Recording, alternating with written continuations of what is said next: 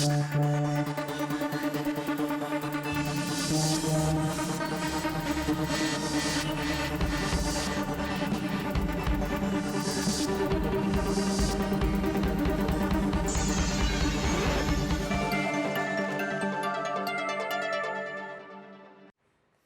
date du 12 juin 2023 vient d'entrer dans l'histoire du Cameroun en général, mais de l'histoire politique en particulier. Celui qui était présenté comme l'un des cadres de l'opposition camerounaise a été emporté par la faucheuse à Yaoundé cette semaine à l'âge de 82 ans des suites de maladie. Le chairman Nidjon Frundi laisse ce parti qu'il a dirigé depuis sa fondation en 1990, miné par les guerres de leadership. Même si avant sa mort, l'annonce de son retrait de la présidence avait été faite, l'opinion s'interroge sur l'avenir du parti à l'ère post-Frundi. La relève pourra-t-elle redonner à cette formation politique sa place de leader dans le pays? Le renouvellement générationnel du personnel politique s'impose-t-il au Cameroun? Nous verrons tout cela avec deux acteurs politiques. Cyril Sambaka, président national Alliance des forces progressistes, et Ngidjol Ngang Moïse Raymond, militant du Social Democratic Front. Nos invités sont déjà installés sur ce plateau. Mesdames et messieurs, le Grand 7, votre rétrospective de l'actualité de la semaine, c'est sur Dash News. Soyez les bienvenus.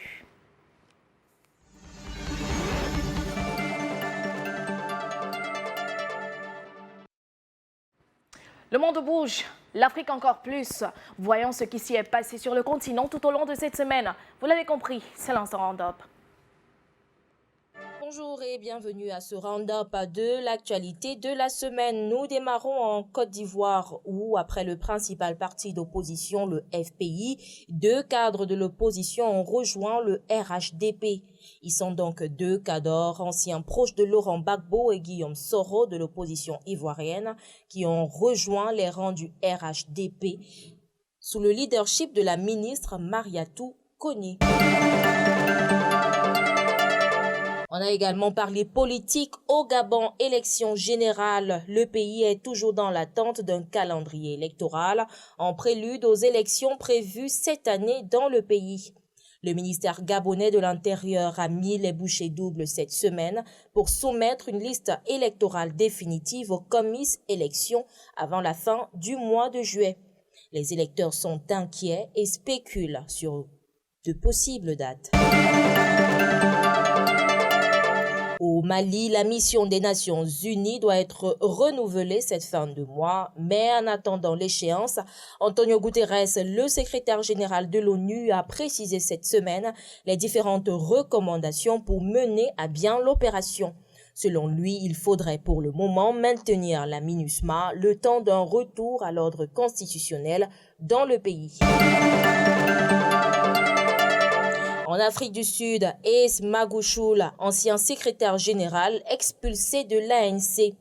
Suspendu de la gestion quotidienne du parti en mai 2021, le parti au pouvoir dans la nation arc-en-ciel a donc annoncé son expulsion définitive ce lundi. L'ancien secrétaire général du parti et ancien premier ministre de l'État libre a été reconnu coupable d'avoir violé la constitution du parti. On a également parlé de la situation politique au Sénégal cette semaine. L'évolution de la situation des droits de l'homme a inquiété les Nations Unies. Les affrontements entre les jeunes et les forces de défense et de sécurité depuis la condamnation de l'opposant Ousmane Sonko ont déjà fait plus de 16 morts. Une situation qui, d'après le porte-parole du haut-commissaire de l'ONU, devrait faire l'objet d'une enquête approfondie, indépendante et rapide. En économie, au Kenya, les parlementaires ont adopté cette semaine les prévisions budgétaires de 3 679 milliards de shillings pour l'exercice budgétaire 2023-2024. Un budget très controversé parce qu'il sera financé par la hausse des taxes et des impôts dans ce pays frappé par l'inflation généralisée. On a également parlé économie au Cameroun. Emprunt obligataire 2023 sur 150 milliards de francs CFA. Le Cameroun a réussi à obtenir une prise ferme de 104 milliards de francs CFA. Ceci grâce au consortium d'arrangeurs recruté par l'État du Cameroun pour le lancement de son 7e emprunt obligataire. C'est une nouvelle prise ferme qui représente désormais 70% de l'enveloppe recherchée et augmente encore plus les chances de succès de l'appel public à l'épargne que vient de lancer le pays.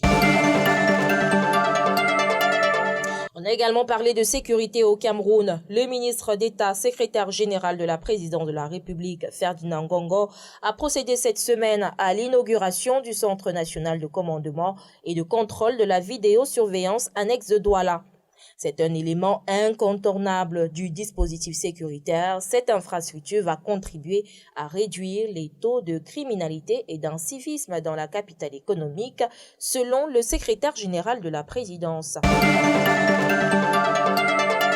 Toujours au Cameroun, Sa Majesté le roi Fon Rifum Nabil Njoya est en tournée européenne. Il s'est rendu cette semaine au musée ethnologique de Berlin où sont exposés des objets de l'Afrique centrale, art camerounais, des figures des perles Balmileke, ainsi que le siège royal nommé Roi Njoya appelé Mandou Yenou.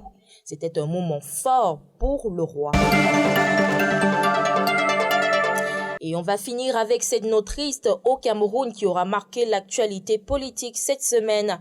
Ni John Frundi, opposant historique, fondateur et leader du Social Democratic Front, est décédé cette semaine à Yaoundé des suites de maladie à l'âge de 82 ans.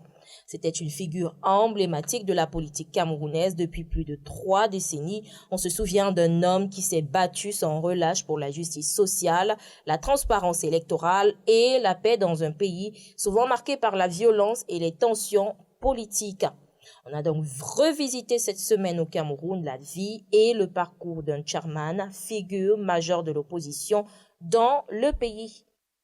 Et c'est ici que s'achève ce round-up de l'actualité de la semaine.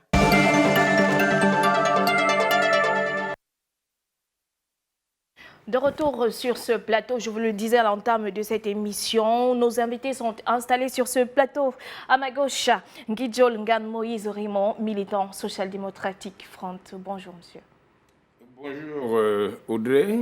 Effectivement, je suis militant du Social Democratic Front et plus précisément, je suis membre du Shadow Cabinet du SDF en charge de l'information et des médias. C'est-à-dire, le Shadow Cabinet, c'est cette espèce de gouvernement dans l'ombre, gouvernement d'attente qui permet de réfléchir et d'adopter un certain nombre de politiques publiques, critique également les politiques publiques du gouvernement en place.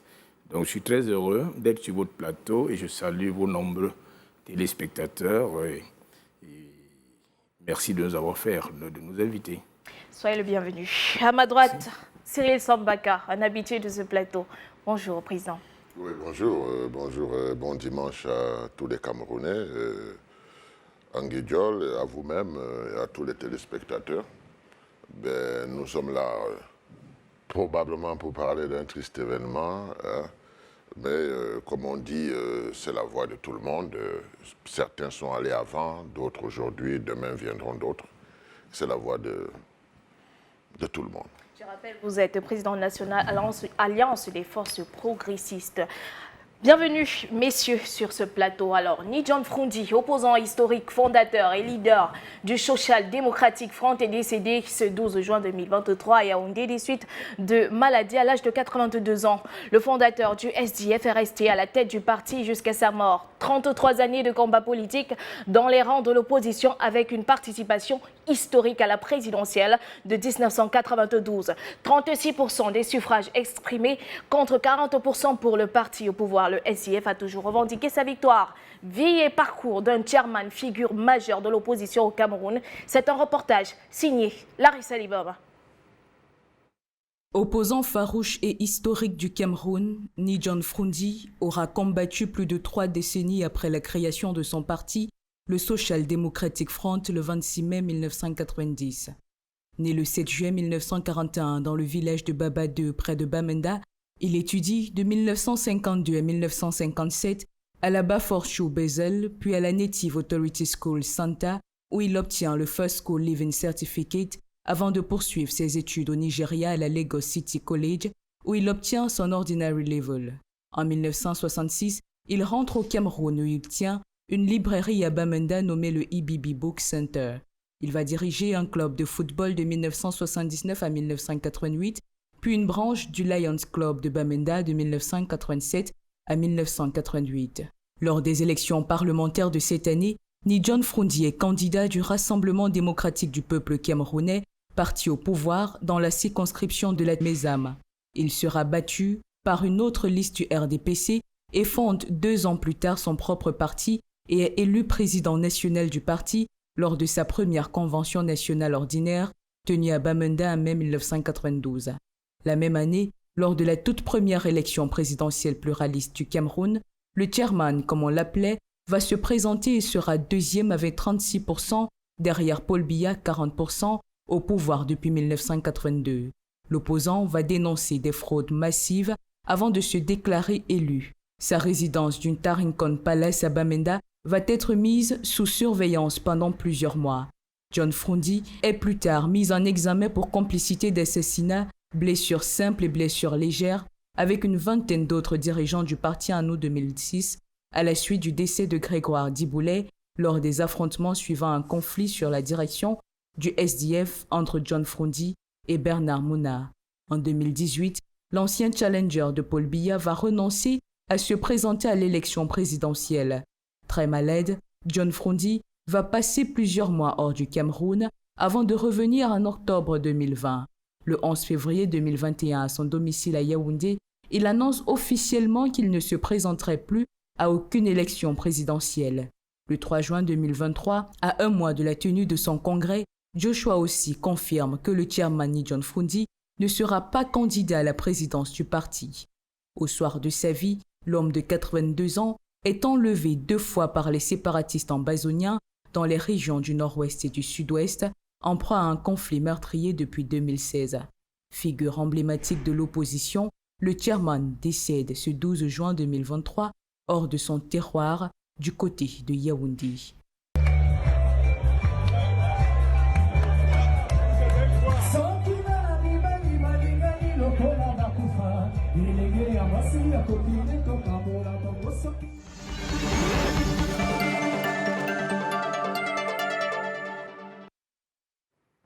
Merci Larissa Libom. Alors, Sambaka, quelle image gardez-vous de celui qui était présenté comme un cadre de l'opposition camerounaise? Je dois d'abord dire que c'est une grosse perte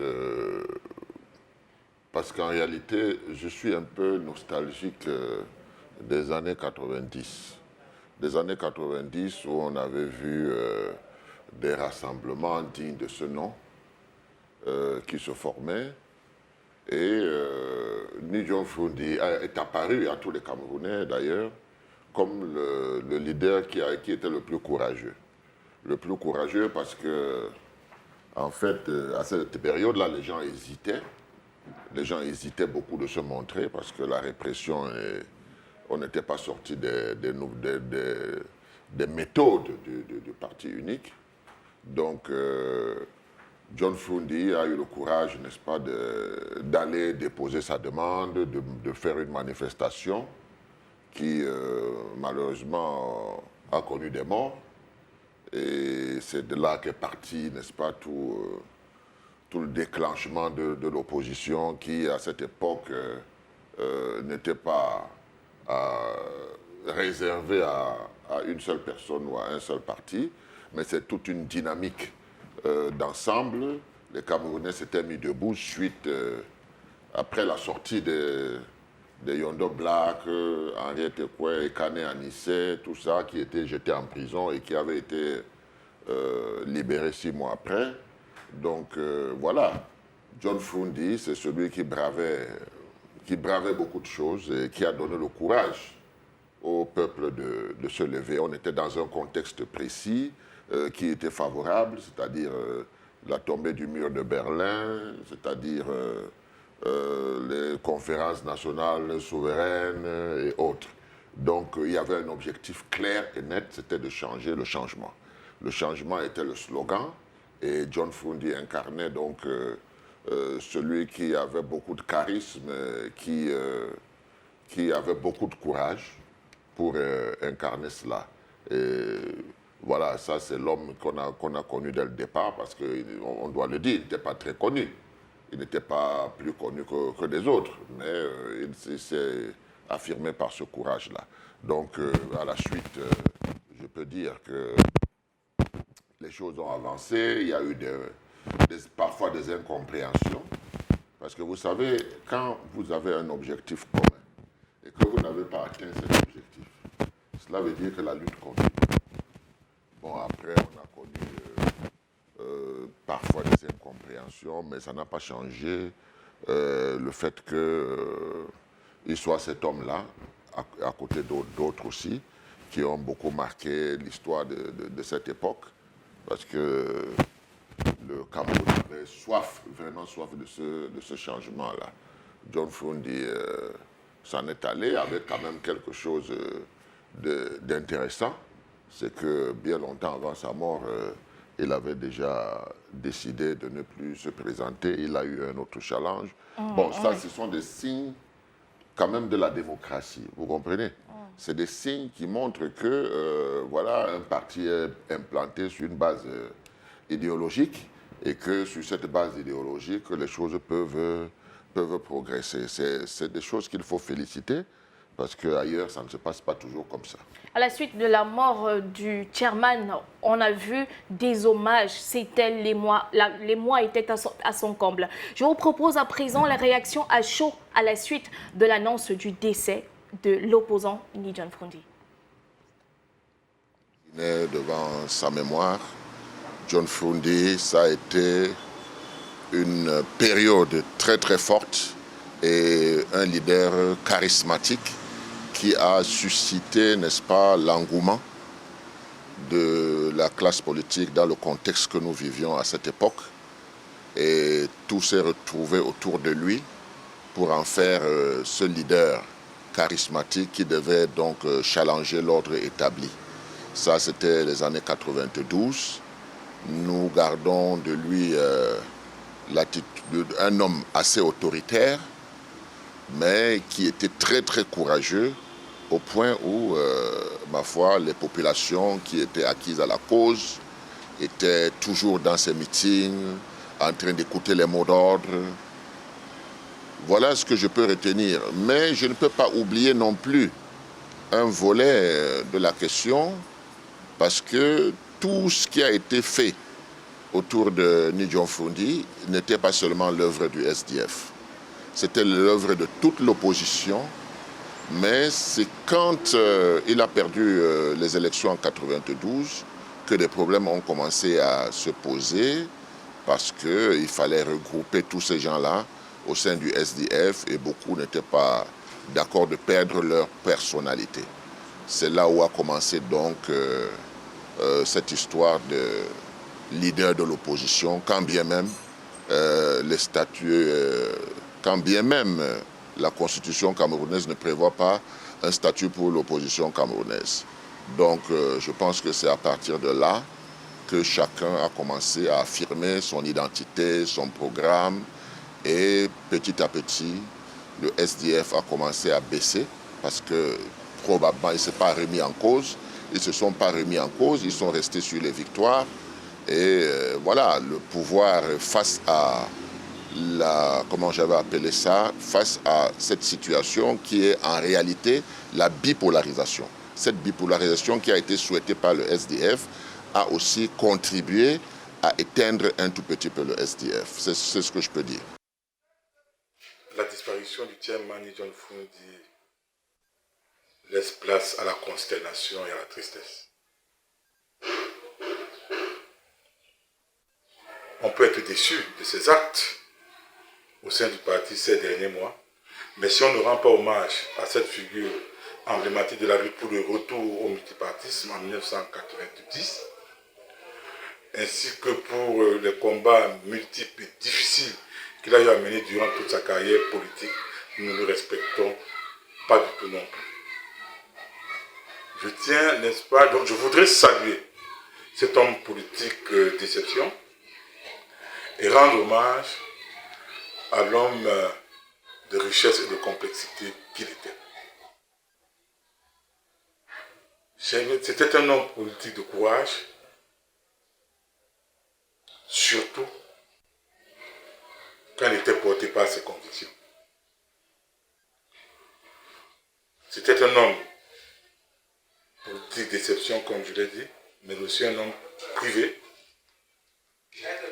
qui a su affronter la maladie avec dignité et courage, la toisant même quelquefois et surprenant ainsi tout le monde. En ce moment de deuil, j'adresse à la famille nucléaire du chairman John Froundi ainsi qu'à ses proches mon respect et ma sympathie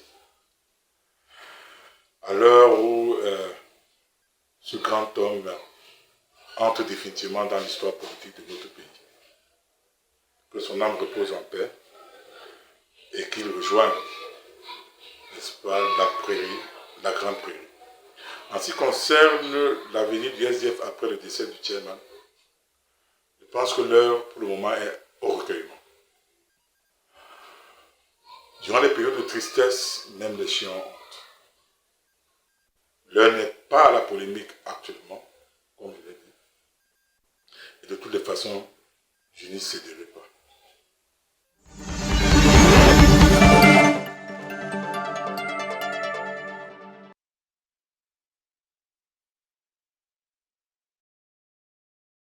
Ces hommages. Alors, Monsieur Guidiol, on a vu ces hommages se multiplier. Ni John Froundi, un opposant salué par ses actions qui ont permis de changer la face de la politique au Cameroun. Comment est vécue cette disparition dans les rangs du Social Democratic Front? Tout naturellement, c'est un grand moment de tristesse au sein de notre grande famille politique. C'est une onde de choc, comme je l'ai dit depuis le premier jour, qui nous a transpercé le cœur. Et jusqu'à l'heure actuelle, plusieurs de nos camarades ne s'en remettent pas facilement. Mais tant il est vrai que néanmoins que le doute est déjà passé, la réalité est là et nous devons faire avec. Et vous allez le voir, on se serait attendu à me voir peut-être arriver ici à noir.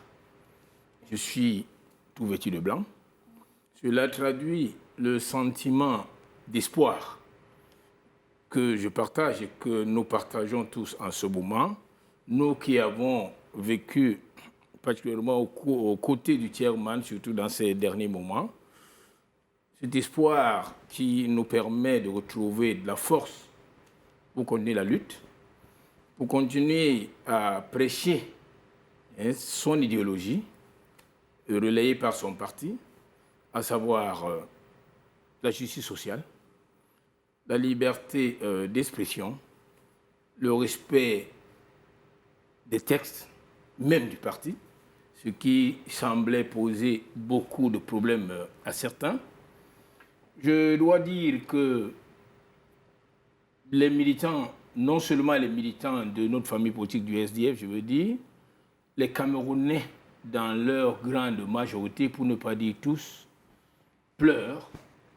Le monde pleure et en juger par les témoignages des uns et des autres, dont celui du président Cyril Sambaka, qui partage ce panel avec moi, le moment pour nous est effectivement au recueillement. Mais nous n'allons pas continuer à pleurer toute une vie. Nous devons affronter la réalité et donc continuer le travail, continuer ce que nous avons à faire pour maintenir le parti debout et surtout nous organiser aux côtés de la famille pour accorder, et des autres partenaires, des amis politiques et tous les autres partenaires bien sûr, pour accompagner dignement le chairman John Froundi à sa dernière demeure avec des hommages dignes du personnage, de la personne qu'il a été.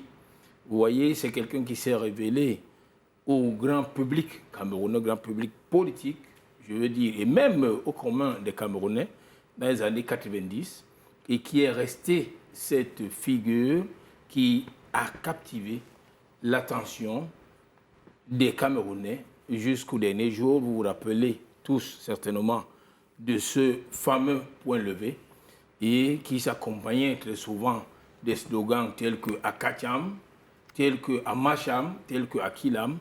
Mais naturellement, au soir de sa vie, l'homme usé par l'âge et les combats qu'il a menés, il méritait bien, parce que Dieu l'a voulu, de quitter la scène dignement comme il a quitté, mais non sans avoir, je dois le dire ici, organisé la survie et la continuité de son œuvre au sein de son parti. Ce qui me pousse à vous poser la question, le parti survivra-t-il du décès à la suite de son décès? J'affirme péremptoire que le parti vit. Le parti vit, je le dis, le parti survivra et même survit déjà au Chairman John Froundi. Il est l'un, sinon le dernier des pères fondateurs de ce parti.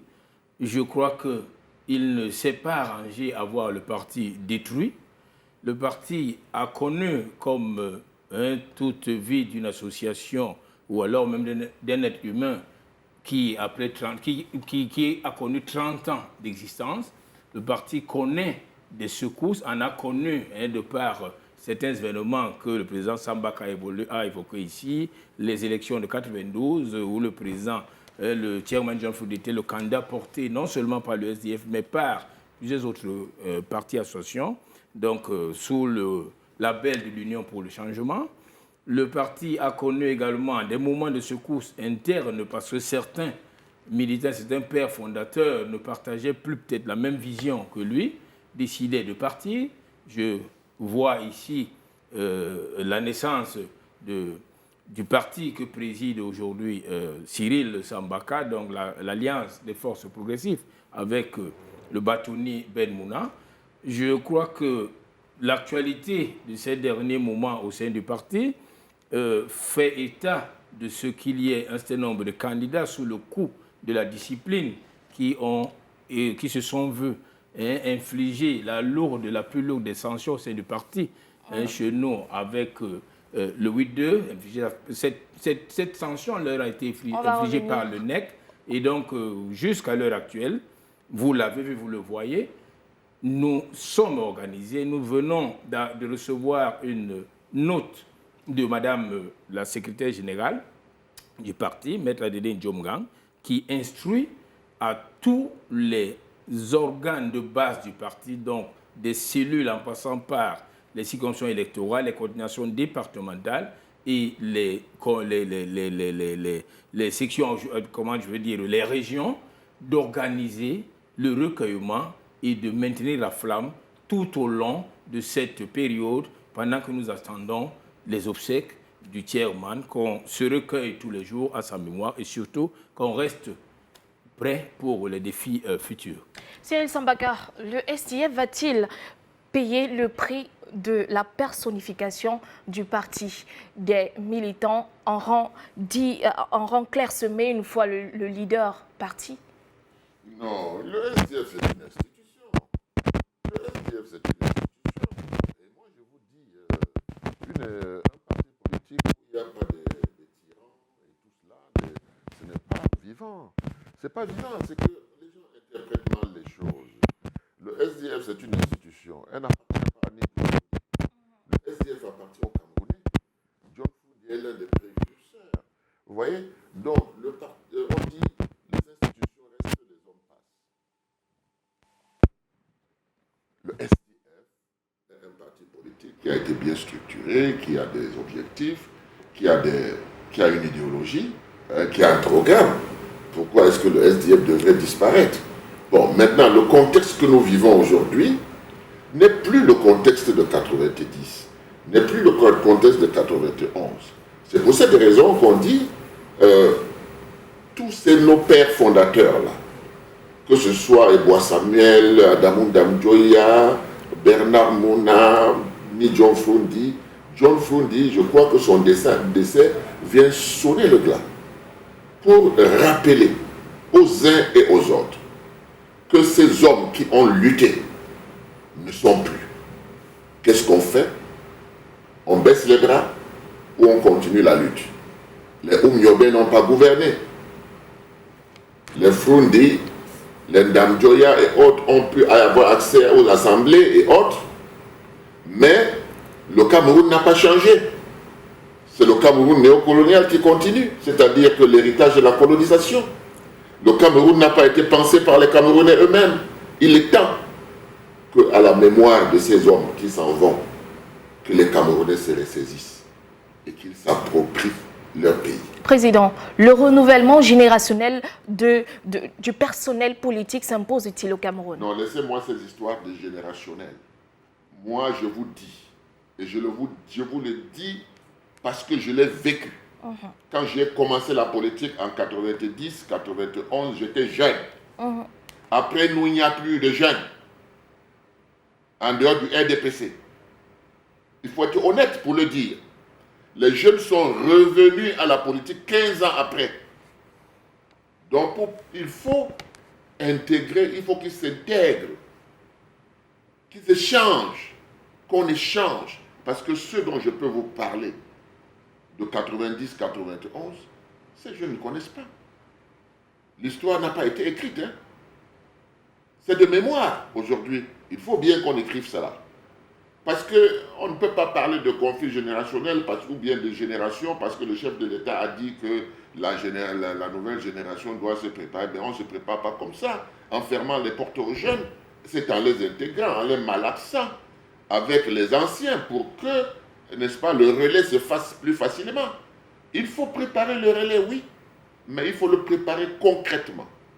Il ne faut pas que les jeunes se mettent dans la tête que les vieux doivent être mis au garage parce que la génération des jeunes est arrivée. Avec quelle consistance, avec quelle vision, avec quel partage, alors que les fondamentaux de la politique, c'est l'apprentissage. Vous comprenez? C'est très important. Je ne le dis pas parce que je suis nostalgique. Je ne le dis pas parce que je suis vieux, d'ailleurs. Je ne suis même pas sûr que je suis vieux. Vous comprenez? Mais ce que j'ai dit, c'est que moi, quand je suis entré en politique, ce sont des anciens qui m'ont transmis. Moi, j'ai aujourd'hui des gens comme le père à son âme, professeur Kangé Ewane, qui m'a tenu la main, qui m'a expliqué les choses. C'était des anciens. Il faut que les anciens passent la main. Il faut maintenant qu'on puisse réfléchir.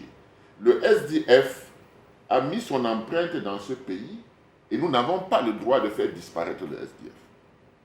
Le SDF ne doit pas disparaître. Vous comprenez? Il ne faut pas, par des égoïsmes et des égos surdimensionnés, penser qu'un parti comme le SDF doit disparaître. Si le SDF disparaît, ça veut dire que les Camerounais ne sont rien. Vous ne pouvez pas, en 1992, n'est-ce pas, vous adouber quelque chose comme ça, et puis 30 ans après, vous dites que ça disparaît. Ça ne peut pas disparaître. Si ça disparaît, c'est le peuple camerounais qui est con. Excusez-moi le terme. Il peut avoir des aménagements, des changements et tout cela. Et où mettons-nous donc les acquis si le SDF disparaît? Les acquis du SDF, partagés par tous les Camerounais, où est-ce qu'on les met? Il faut être honnête pour dire qu'aujourd'hui, c'est une remise en route qu'il faut faire compte tenu du fait que le parti au pouvoir a profité pour diviser les partis de l'opposition. Chacun veut être maintenant le leader de l'opposition. C'est ça le fond du problème. Alors qu'on n'a pas encore atteint l'objectif qu'on a commencé à s'assigner depuis 1992. C'est ce que moi je peux vous dire. Donc vraiment le débat sur comment le SDF et tout cela, pour moi c'est un faux débat parce que personne ne gagnerait à voir un SDF se disloquer. Le SDF a tellement travaillé pour l'émergence de la démocratie de ce pays qu'il n'a pas le droit de disparaître. Voilà mon point de vue. Mesdames et messieurs, vous le savez certainement, vous l'avez compris, Ni John Froundy a plusieurs fois affronté le chef de l'État aux urnes. 1992, 2004, 2011, son influence politique a changé la face de la politique du pays. L'opposant emblématique incarnait un pan de l'histoire politique du Cameroun. Le micro tendu à l'homme de la rue, il s'exprime sur ce qu'ils retiennent de cette figure emblématique. Regardez. La date du 12 juin 2023 vient d'entrer dans l'histoire du Cameroun en général, mais de l'histoire politique en particulier. Ce jour où le leader du Social Democratic Front a été pris par la faucheuse à l'âge de 82 ans.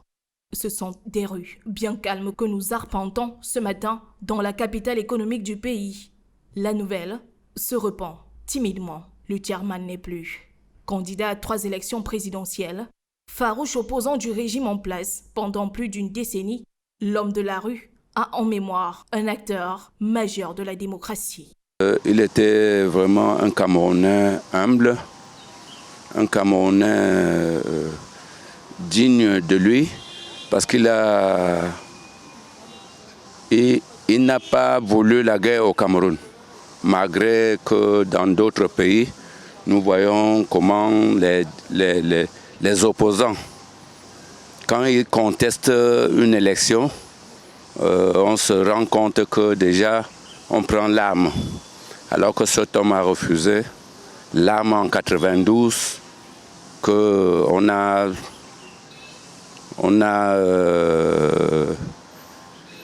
compris qu'il a gagné. Et malheureusement, c'est aujourd'hui qu'on nous dévoile la vérité. Mais si cet homme revendiquait vraiment ses droits comme le font dans d'autres pays, ce pays serait toujours en guerre. Alors nous le gardons en mémoire par sa position de paix. Nous l'avons apprécié. L'opposition n'est pas seulement détruire, c'est de construire. Pour moi, c'était un homme qui a construit ce pays. Alors que l'opposant a passé l'arme à gauche, impossible pour les Doualais d'éluder les crises qui ont prévalu au sein du parti de la balance ces derniers mois. Que vers la fin, il a faibli et son parti est dans le désordre total. Je ne sais pas pourquoi est-ce que lui-même s'est laissé emporter comme ça. Puisque je vois le parti dans le désordre, et partons pas de Joshua. Joshua est monté, Joshua est descendu, celui qui crée le désordre, il intensifie son président, Ni John Frundi qui vient de décéder. Pour rappel, récemment encore, il avait annoncé qu'il quitterait la présidence du SDF lors du congrès qui devait se tenir du 27 au 29 juillet. À plusieurs reprises, des informations alarmantes avaient circulé sur son état de santé.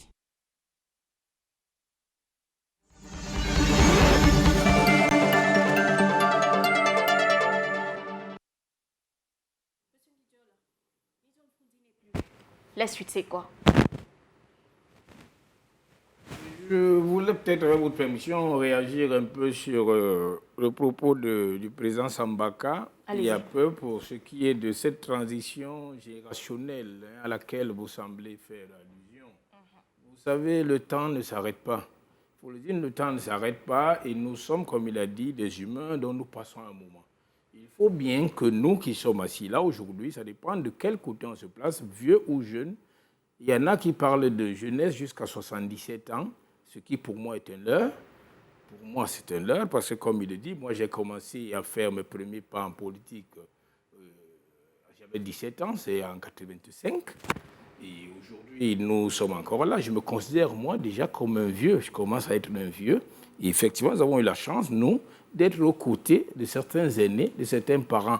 Ce serait un tort si nous, aujourd'hui, nous n'avions pas encore pensé à prendre d'autres moins jeunes que nous pour effectivement les entraîner. C'est difficile. Pourquoi? Parce que le parti au pouvoir, aujourd'hui, a paupérisé le peuple camerounais, a installé la corruption, l'achat des consciences et tout cela, ce qui fait que la jeunesse est plutôt désintéressée. Dans les années 90, avec le courage de cet homme exceptionnel qui a été John Frundi, qui a décidé d'aller dans la rue, de ne pas avoir peur de cette forte militarisation que nous avons vécue à Bamenda le 26 mai 1990. Les jeunes ont pris espoir et se sont donc dit voilà le moment est venu pour ce changement auquel nous continuons, nous, à aspirer, non pas à rêver, parce que le changement, il s'impose et il va arriver par la force des événements. Je pense donc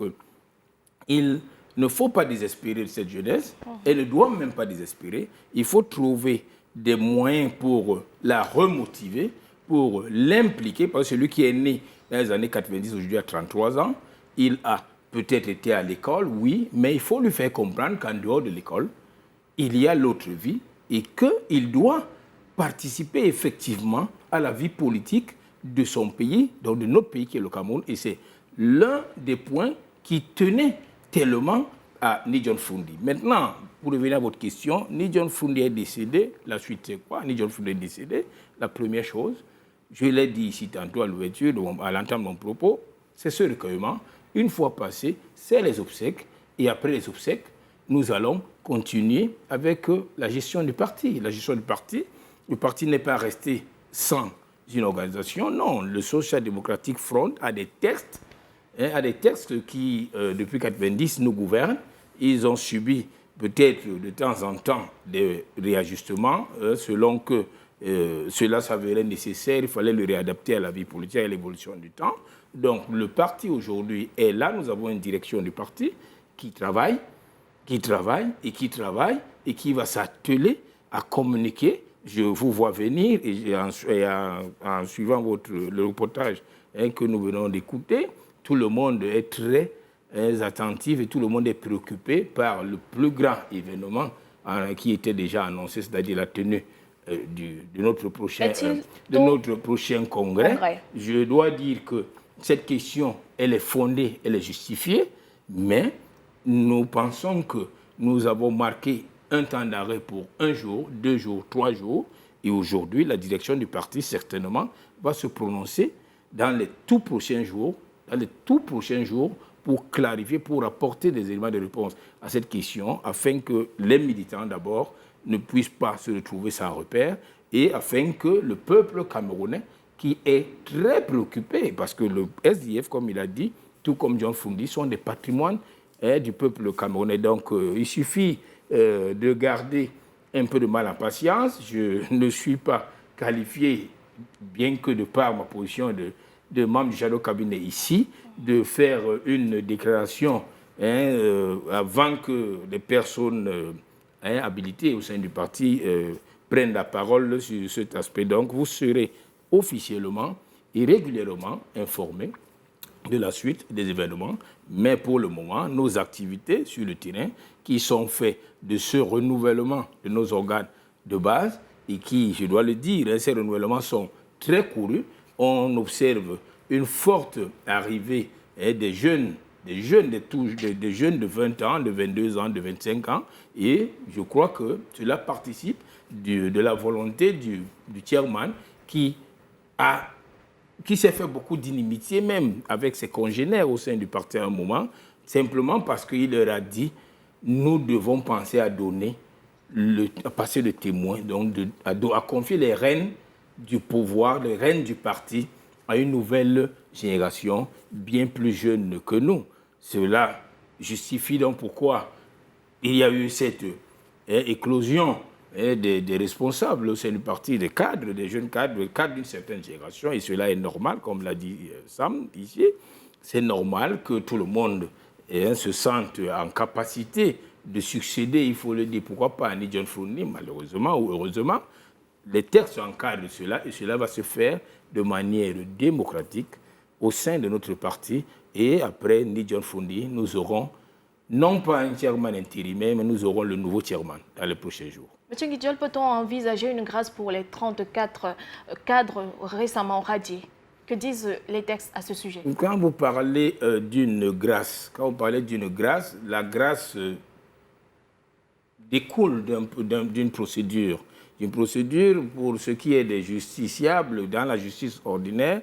J'entends souvent dire demander la grâce présidentielle ou alors obtenir la grâce présidentielle. Il faut déjà avoir saisi le président, faire un recours pour demander la grâce présidentielle. Pour ce qui est de nos anciens camarades qui se sont rendus coupables d'actes d'indiscipline et qui sont vus sanctionnés par le NEC qui a constaté leur auto-exclusion, le SDF est un parti de Camerounais. Je ne suis pas le conseiller de X ou de Y, je l'ai toujours dit, je le réitère ici, mais nos textes sont là et ils savent, ces camarades-là, pour certains, c'est de très hauts cadres, ils ont occupé de très hautes fonctions dans la hiérarchie du parti, dans la direction du parti, ils savent ce qu'ils ont à faire, ils ont été en justice contre un certain nombre de responsables du parti, ce que le parti n'a pas apprécié, ce qui est normal.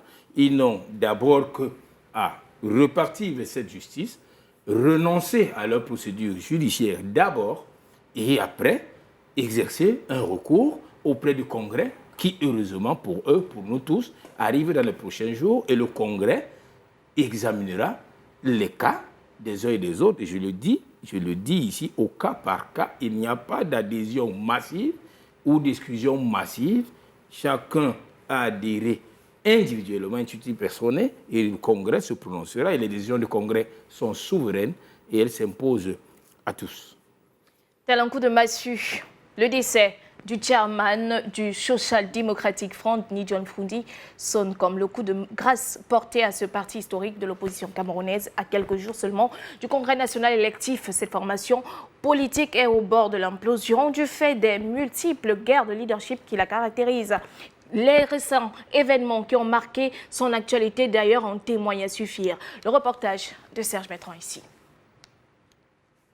Comme si la crise au sein du Social Democratic Front ne mettait pas déjà à mal ce parti, voilà que survient le décès brusque de son leader emblématique Ni John Frondi à quelques jours seulement du Congrès national électif. C'est une triste nouvelle qui, au lieu de résoudre les guerres de positionnement au sein de ce parti, pourrait au contraire les accentuer. Le chairman à l'intérieur du parti n'a pas donné la chance à tous les camarades pour assurer un lendemain meilleur au parti après lui. Ce qui fait que aujourd'hui, nous assistons à un désossement du parti, à un délitement de la crème du parti, ce qui laisse à croire qu'après lui, le parti va virer au chaos. Les récents événements qui ont marqué l'actualité du parti démontrent l'existence d'un réel mal-être au sein de cette formation politique.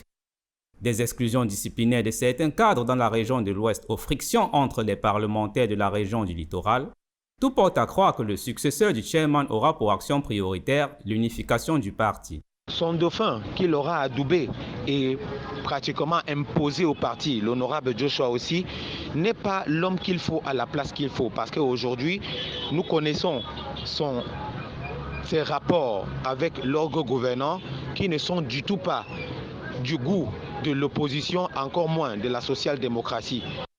Il faut rappeler que le premier vice-président Joshua aussi ne fait pas l'unanimité au sein de ce parti. Et sa proximité avec le défunt chairman serait à l'origine des achoppements avec le président régional pour le littoral Jean-Michel Nitieux, qui se réclame le défenseur authentique de l'idéologie originelle de l'opposition.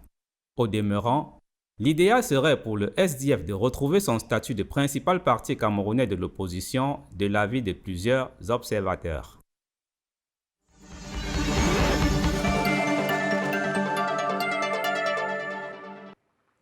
Merci Serge Bertrand ici. Alors Cyril Sambaka, au début des années 90, à l'aune du multipartisme au Cameroun, faire partie des rangs de l'opposition était suffisant pour être étiqueté. Vous, comme le chairman, faisiez partie des caciques frondeurs prêts à tout au nom de la démocratie. Non, moi je pense que... vous savez le courage que Frondi a eu en allant, n'est-ce pas, sur l'avenue Abamenda et autres, ça a motivé beaucoup de Camerounais. Il n'était pas le seul, hein. Ça se passait partout. Et d'ailleurs, Douala était le laboratoire. Tous les opposants venaient faire le discours ici à Douala, et Douala était réceptif. C'est pour ça que les hélicoptères étaient dans le ciel en permanence, et là, les bombes lacrymogènes venaient du ciel.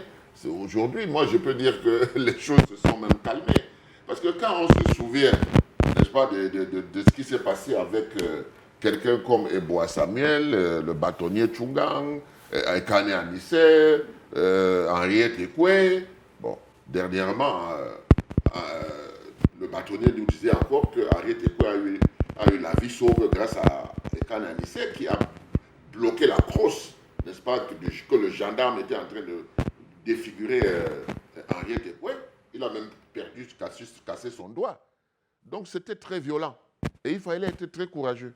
Et il y avait des gens courageux.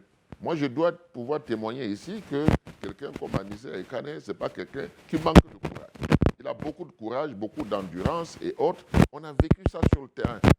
Donc, aujourd'hui, avec du recul, on se dit c'était le moment ou jamais.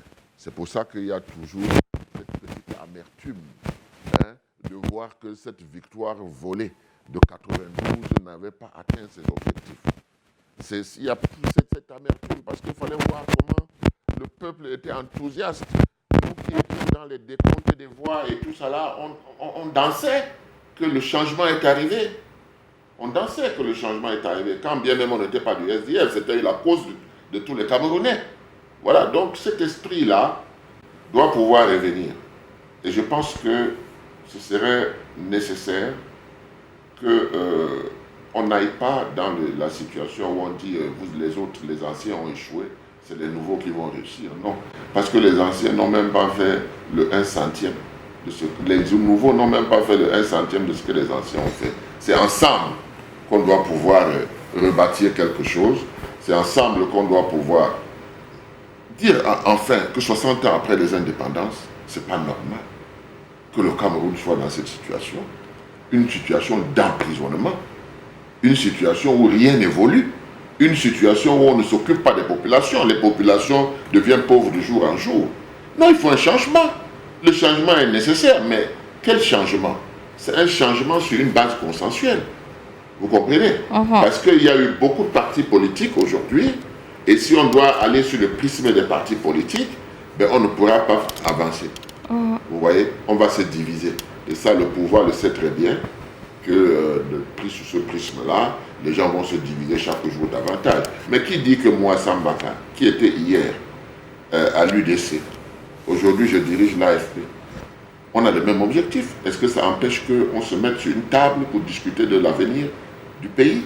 Est-ce que ceux qui sont dans le SDF aujourd'hui, qui ont été frappés par le 8-2, vont quitter pour aller dans le RDPC? Je dis non, je les connais. Ils sont toujours de l'opposition. Donc il y a une réconciliation qui sera faite, qui doit être faite, avec des objectifs précis. Mais seulement, il ne faut pas partir sous le prisme que c'est moi le plus fort. Non. Sinon, nous n'aurons pas eu de villes mortes ici. Parce que l'homme qui a amené les villes mortes ici, c'était un bois-maçon. Mais les autres qui étaient assis à la coordination ont accepté de l'écouter. Il a déroulé son plan et tout le monde s'est dit, idée géniale, on marche, on prend ça à notre compte, on y va. Et vous voyez ce que ça a donné. Ça a fait évoluer les choses. Donc il y a dans l'étape de la vie politique du Cameroun, il y a eu des acteurs. Aujourd'hui, un vient de tomber. Le plus coriace, le plus courageux qu'on ait eu est tombé aujourd'hui. Est-ce que nous devons mettre à perte et profit tout le combat qui a été mené? Mais pour que ce combat soit mené aujourd'hui et qu'il aboutisse, il faut qu'on aille au-delà de ce qu'eux, ils ont fait pour voir l'aboutissement et leur rendre hommage. Parce que le jour où il y aura changement ici au Cameroun, on va rendre hommage jusqu'au Oumniobé. Vous comprenez? Jusqu'au Oumniobé, parce que c'est eux qui ont commencé la lutte. Les Froudi l'ont poursuivi, les Bois, les Ndamjoya, et Bernard, tous ces gens qui sont partis, ils n'ont pas vu, n'est-ce pas, l'arrivée du combat. Alors, on ne peut pas se permettre de continuer à penser que on va aller sous le prisme de ce que le RDPC nous a tracé, c'est-à-dire aller vous battre entre vous dans les communes et tout ça là, aller vous battre entre vous. Non. Il faut d'abord qu'on réécrive notre constitution, notre fondation. On doit le faire ensemble. Donc, moi, je pense que le temps n'est pas passé. Il faut tout simplement la volonté. Il y a déjà l'expérience. Il y a les expériences des uns et des autres. Il y a les idées novatrices qui doivent venir pour moderniser le combat aujourd'hui. Voilà, si on ne le fait pas, bon, ben, nos petits-enfants le feront. Parce que de toutes les façons, le Cameroun n'est pas condamné à mourir. Si ça nous dépasse, si nous sommes incapables de nous parler, si nous sommes incapables de mettre en place des stratégies, nos enfants, nos petits-enfants viendront le faire. Alors, M. Nguidjol, le président vient d'aborder cette élection historique. 36% des suffrages exprimés pour le SDF, 40% pour le RDPC. Le SDF a toujours parlé d'une victoire galvaudée, volée. M. Nguidjol. Oui, je dois dire ici que c'est une lapalissade. C'est une lapalissade, puisque la grande majorité de ceux des diplomates, des chefs de mission diplomatiques encore en poste à Yaoundé à l'époque, et on peut, certains sous cap, certains après être arrivés en fin de séjour, repartis ailleurs, on peut reconnaître qu'effectivement, Ni John Froundi était le vainqueur de de cette élection historique de 1992. Et nous nous rappelons que Ni John Frondi s'est battu pour que sa victoire soit reconnue. Malheureusement, avec le dispositif militaire en place et puis la constitution, cette constitution à laquelle vient de faire allusion le président Sambaka, a favorisé la proclamation de M. Biya comme vainqueur, ce qui a donc soumis le président Ni John Frondi à une réelle épreuve, celle de décider de faire recours aux armes ou alors d'appeler les Camerounais à aller dans la rue, ce qui devait embraser définitivement le pays. Mais l'homme, malgré tous les traitements inhumains auxquels il a fait face, a préféré sagement dire qu'il ne pensait pas qu'il était normal pour lui, pour qu'il arrive à Etoudi, il fallait qu'il marche sur les cadavres de Camerounais. Je dois dire ici qu'il nous l'a rappelé, il nous l'a rappelé il y a peu comme ça, en aparté un jour, que si aujourd'hui il fallait appeler les Camerounais dans la rue, parce que nous analysions la situation avec notre parti politique qui pense qu'il faut aller dans la rue, John Frondi nous a dit ce n'est pas là-bas le combat, parce que ce serait là, ça doit être l'extrême décision, le dernier recours à la rue. Mais si aujourd'hui on devait appeler les Camerounais, lui devait appeler les Camerounais à la rue, au moment où il est en train de partir, c'est plutôt ses arrières petit-fils de 10 ans qui, par curiosité, viendraient guetter et qui certainement, peut-être tomberaient sur le coup des balles. Ils pensent que nous devons revoir notre stratégie. Et la première des choses, c'est cette constitution pour laquelle le SDF pense qu'il faille toucher à la forme de l'État. La forme de l'État que le SDF propose, c'est connu, c'est l'État fédéral. On va nous dire que cela a existé. Oui, cela a existé parce que ceux qui avaient la responsabilité de connaître les affaires à ce moment avaient bien pensé qu'il fallait un État fédéral au Cameroun, mais seulement vous allez voir que les régimes successifs, donc celui du président Ahidjo et aujourd'hui celui du président Biya, se sont arrogés de manière quasi unilatérale le changement de la forme de l'État pour partir de la République fédérale à la République unie en 1972 et puis aujourd'hui à la République tout court du Camerounais, l'appellation de l'ancien Cameroun, disons l'ancien Cameroun français ou alors l'ancien Cameroun oriental, donc dirigé par les Français, ce qui ne semble pas être du goût de nos concitoyens, nos compatriotes de l'autre rive du Mungo, que nous appelons trivialement les anglophones. Donc, nous pensons qu'il faille s'asseoir, se regarder les yeux dans les yeux, dialoguer, ce verbe qui était très cher également au président Ni John Frondi, dialoguer, sans avoir peur l'un de l'autre, pour essayer de repenser profondément notre pays, pour éviter que ne s'installe de manière définitive une certaine dynastie gouvernante, ce qui expose davantage notre pays à des risques. Et vous savez que le SDF, aujourd'hui, est le seul parti, je peux le mettre au défi tous les autres, qui va tenir son 10e congrès dans quelques jours, alors même que les autres n'arrivent pas. Il y en a qui, d'après le texte, devraient tenir également les congrès tous les 5 ans, mais c'est jeté au calendrier grec et là-bas, on ne peut même pas évoquer cet aspect des choses. Or, il est normal que nous repensions notre pays et que nous comprenions que le seul moyen, c'est d'organiser des élections saines, libres et transparentes, et qu'une personne, ou alors que celui qui est déclaré vainqueur, soit félicité directement par les autres, et donc ensemble nous reprenions le chemin pour faire avancer les choses. Le chairman Aimé a parlé ces dernières années des défis politiques qui attendent le Cameroun. Selon lui, le SDF se devait d'être prêt. Le sera-t-il? Je dois vous dire que nous sommes prêts et nous nous organisons au jour le jour pour que, quoi qu'il arrive, le calendrier annonce des élections de manière plus ou moins officielle. Si nous nous en tenons donc au calendrier, à la Constitution, nous attendons 2025. Mais nous sommes prêts. Pourquoi? Parce que le président de la République en place en ce moment nous a habitués soit à des élections anticipées, soit parfois à des prorogations de mandat. Nous ne lui forçons pas la main, mais nous savons que nous devons être prêts. Et puis parce qu'un certain nombre de choses nous portent à croire, nous ne le souhaitons pas, que nous pouvons nous retrouver, pourquoi pas, dans certaines situations décidées par la nature. La loi de la nature, elle est là, et là, le Cameroun devra affronter d'autres situations. Donc le SDF est préparé à toutes ces situations pour participer, comme toujours, à ce jeu démocratique et à ce processus de démocratisation de la vie politique nationale. Alors, président Cyril Sambaka, comme l'abordait M. Nguidjol il y a quelques instants, on peut aisément imaginer qu'il s'agit, qu'on fait ici allusion à l'élection présidentielle de 2025. J'aimerais bien vous poser la question, que peut l'opposition? Moi, je dois dire que l'opposition ne peut pas faire grand-chose si elle ne se parle pas. Parce que l'opposition, c'est plusieurs partis politiques.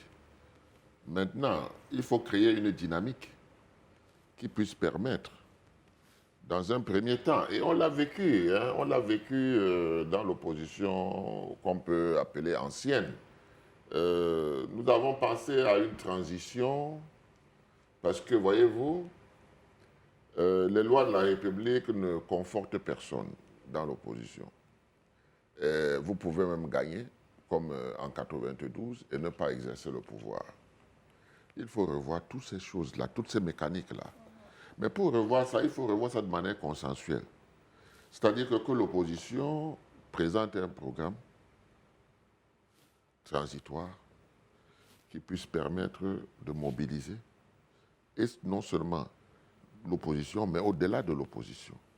Parce que les enjeux de demain, de 2025, c'est une opposition qui est capable d'amener les militants du RDPC à adhérer à leur projet. Vous voyez?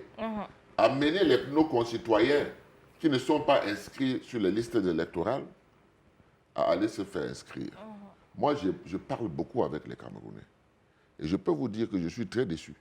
Parce que, comme vous voyez, tous ces enfants-là qui sont allés à l'école, qui ont eu leur diplôme, qui ont des bons postes, qui travaillent et qui soutiennent leur famille, ils ne sont pas inscrits. Vous comprenez? Comment ils vont donc tirer ceux qui viennent? Comment est-ce qu'ils vont les encadrer quand eux-mêmes ne sont pas des citoyens? Parce qu'il faut dire la vérité, c'est des populations. Les populations, ce n'est pas seulement celui qui n'est pas allé à l'école, mais même ceux qui sont allés à l'école, qui ont eu leur diplôme, qui travaillent, qui sont cadres dans des entreprises, qui n'ont pas de carte de votant. On ne peut pas les appeler citoyens. Ils ne sont pas des citoyens. Ils font partie de la population, ils ne sont pas des citoyens. Ils ne font pas partie du peuple. Quand vous regardez un pays comme le Sénégal, le Cameroun ne peut pas se comparer au Sénégal. Parce qu'au Sénégal, les partis politiques ont un point commun, c'est de travailler pour l'émergence de la citoyenneté. Et qu'ils obtiennent au bout du rouleau un peuple qui est capable de se lever pour défendre ses droits. Parce que la souveraineté va revenir toujours dans notre discussion. Vous voyez, c'est la différence qu'il y a avec le Cameroun. Au Cameroun, les partis politiques de l'opposition doivent se retrouver sur un point. La formation à la citoyenneté de nos populations. C'est important. Parce que ce sont ces populations qui votent. La voix du président de l'AFP, c'est la voix...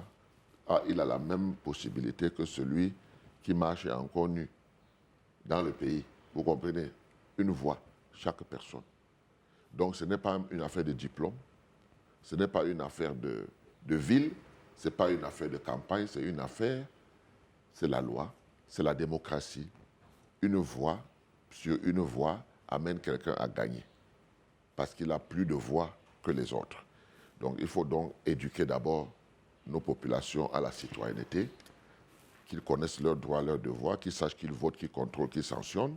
Quand on va faire ce travail-là, vous allez voir que le fichier électoral va passer de 6 millions à 12 millions. Mais pour le moment, quand on discute de ces choses-là, et qu'on voit ce que Elekam fait, après avoir inscrit 4 personnes la machine à planquer, machine vétuste, etc., etc. Ensemble, on peut créer des dynamiques. Parce que les gens ont vu toujours en Froundi qu'en 92, il fallait qu'ils sortent, qu'ils demandent aux gens de sortir pour mettre le Cameroun à feu et à sang. Non. On a eu des expériences ici, des villes mortes par exemple. On a des choses, des stratégies qu'on peut développer qui n'ont pas besoin de mettre quelqu'un dans la rue, mais qui peuvent paralyser et bloquer, amener le gouvernement à négocier. Vous comprenez? Mais c'est en se parlant. Je vous ai dit et je vous répète que Mbouamasok n'avait pas de parti politique. Il était venu exposer son plan et ça a marché. Donc voilà, moi je pense qu'il faut se parler. Si on ne se parle pas, il ne faut pas rêver. Il ne faut pas rêver pour 2025. Les choses vont se passer comme... Oui, monsieur Ndiol. Oui, je voulais dire quelque chose qui ne soit pas forcément ce que le président Sambaka dit, parce que quand il dit qu'en 2025, il ne faut pas s'attendre à grand-chose, sinon que ce serait un rêve, je dis, nous pensons au SDF que 2025 ou même avant, nous devons accéder au pouvoir et nous allons arriver au pouvoir.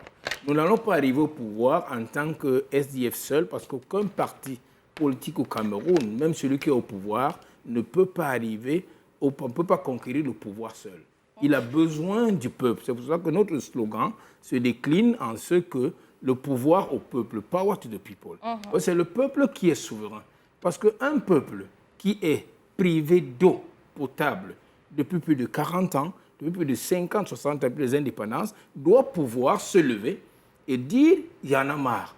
Il doit pouvoir se lever et sanctionner par la voie du bulletin de vote, le pouvoir en place qui n'arrive pas, qui a le devoir et l'obligation de lui offrir les services sociaux de base. Mais voyez-vous, non seulement il y a les CAM, mais on fait d'abord en amont d'entraver, de ne pas faciliter l'accès à la carte d'identité qui est l'élément de base, qui est la première arme pour un citoyen, la carte d'identité. Et vous avez suivi les résolutions de notre dernier comité des Nations exécutives, le NEC. Nous avons interpellé le gouvernement pour qu'il s'organise très rapidement et permettre aux Camerounais d'accéder à la carte d'identité. Parce que pour s'inscrire, il faut sa carte d'identité. Pour aller voter, il faut sa carte d'identité. Pour se déplacer, il faut la carte d'identité, etc., etc.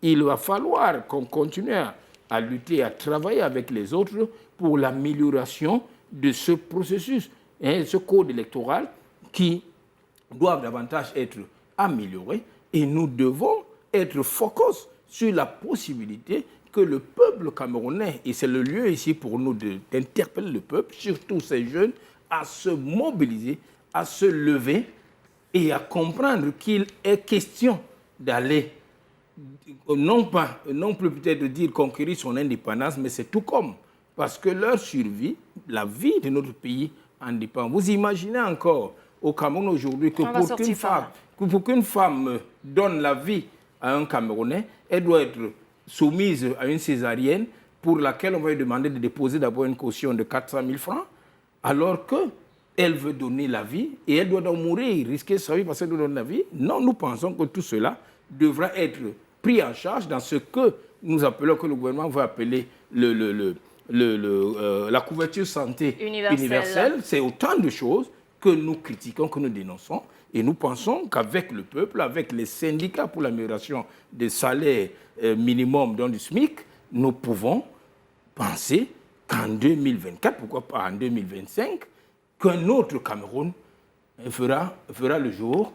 Et voilà pourquoi nous restons confiants que nous allons travailler avec l'esprit que nous a inculqué l'homme d'exception qui était Ndiol Froundi. Nous lui souhaitons de reposer en paix et de se rassurer que nous allons continuer la lutte pour que le changement auquel il a pensé avec les autres, finalement, arrive. Vous l'avez si bien dit, M. Ndiol, nous lui souhaitons de reposer en paix. Mesdames et messieurs, nous sommes arrivés au terme de votre émission. Cyril Sambaka, Ndiol Raymond, merci d'avoir accepté notre invitation. Au plaisir de vous retrouver sur ce plateau. Mesdames et messieurs, retrouvons-nous la semaine prochaine pour une nouvelle rétrospective de l'actualité. D'ici là, portez-vous bien. Au revoir. Merci à vous.